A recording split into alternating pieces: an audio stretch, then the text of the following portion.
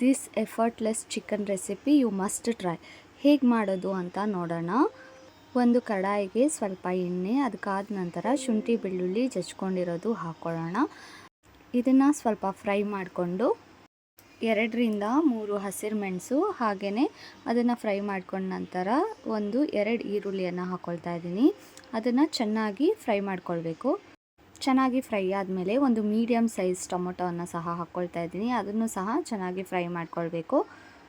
ನಂತರ ಚೆನ್ನಾಗಿ ಕ್ಲೀನ್ ಮಾಡಿ ತೊಳೆದಿಟ್ಕೊಂಡಿರೋಂತಹ ಚಿಕನ್ನ ಹಾಕ್ಕೊಳ್ತಾ ಇದ್ದೀನಿ. ಅದಕ್ಕೆ ಸ್ವಲ್ಪ ಕಲ್ಲುಪ್ಪು ಹಾಗೆ ಅರಿಶಿನ ಹಾಕಿ ಚೆನ್ನಾಗಿ ಫ್ರೈ ಮಾಡ್ಕೊಳ್ಬೇಕು. ಚಿಕನ್ನ ಸಹ ಒಂದು 10ರಿಂದ 15 ನಿಮಿಷ ಲಿಡ್ ಕ್ಲೋಸ್ ಮಾಡಿ ಇಟ್ಕೊಳ್ಳೋಣ. ಇದೀಗ ಬೆಂದಿದೆ. ಸೊ ಇದಕ್ಕೆ ನಾನು ಮನೆಯಲ್ಲಿ ಪ್ರಿಪೇರ್ ಮಾಡಿರುವಂತಹ ಬ್ಯಾಡಗೆ ಮೆಣಸನ್ನು ಚೆನ್ನಾಗಿ ಪೌಡ್ರ್ ಮಾಡ್ಕೊಂಡಿರೋ ಅಂಥದ್ದು ಅದನ್ನು ಹಾಕ್ಕೊಳ್ತಾ ಇದ್ದೀನಿ. ಇಲ್ಲಿ ಒಂದು 2ರಿಂದ 3 ಸ್ಪೂನ್ ಆಗುವಷ್ಟು. ಹಾಗೆಯೇ ಮನೆಯಲ್ಲೇ ಮಾಡಿರುವಂತಹ ಗರಂ ಮಸಾಲ ಪುಡಿ ಇದನ್ನು ಸಹ ಒಂದು 2 ಸ್ಪೂನ್ ಆಗುವಷ್ಟು ಹಾಕ್ಕೊಳ್ತಾ ಇದ್ದೀನಿ. ಹಾಕ್ಕೊಂಡು ಚೆನ್ನಾಗಿ ಮಿಕ್ಸ್ ಮಾಡ್ಕೊಳ್ಬೇಕು.